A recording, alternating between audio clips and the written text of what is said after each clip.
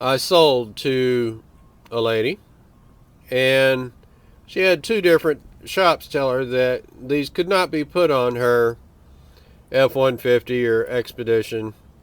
And I'm going to show why they say they can't go on and what has to be done. It's explained in the auction, but apparently not well enough.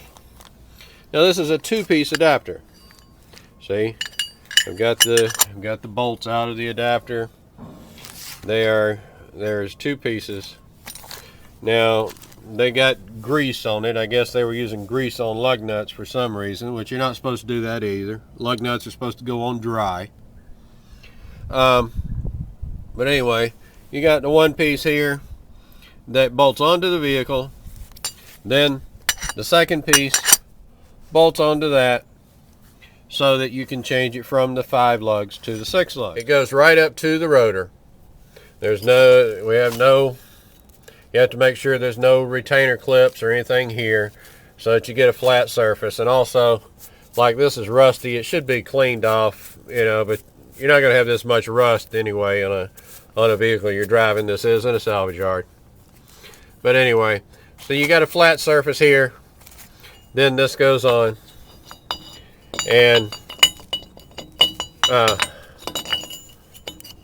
goes right up to the hub.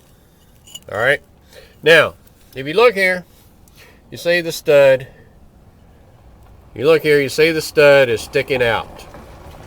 Okay. So the second piece of the adapter will not go up there flush against that. The studs stick out too far and have to be cut off. Now, you can't use a factory lug nut on this. Now this is the type of lug nut that comes factory on this vehicle.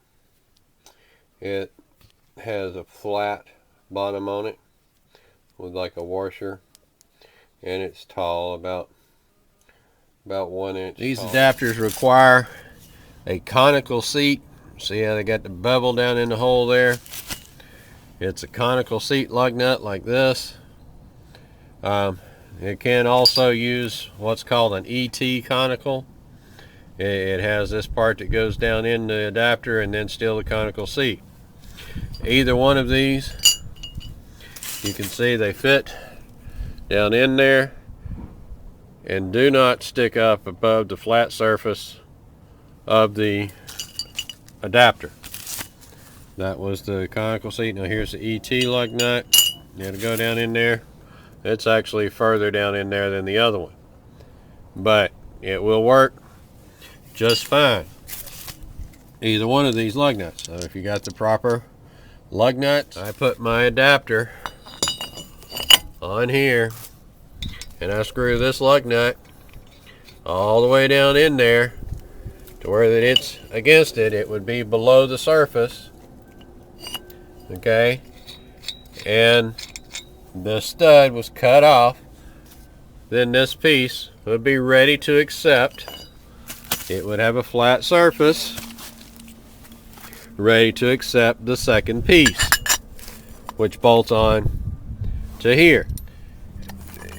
Always torque the bolts down. Like these lug nuts that put the first piece on need to be torqued down to between 100 to 110 pounds. Then you want to take this bolt and put Loctite on it and install them all. Install them in a crisscross pattern and torque them down in a crisscross pattern to 90 pounds. Then you're ready to put your 6 lug wheel on here. You take the appropriate proper type of lug nut for your wheel in a 14 by 1.5 thread pitch to put your wheel onto these adapters, and then torque these down, the lug nuts that hold the wheel, to the appropriate specs of 100 to 110 pounds.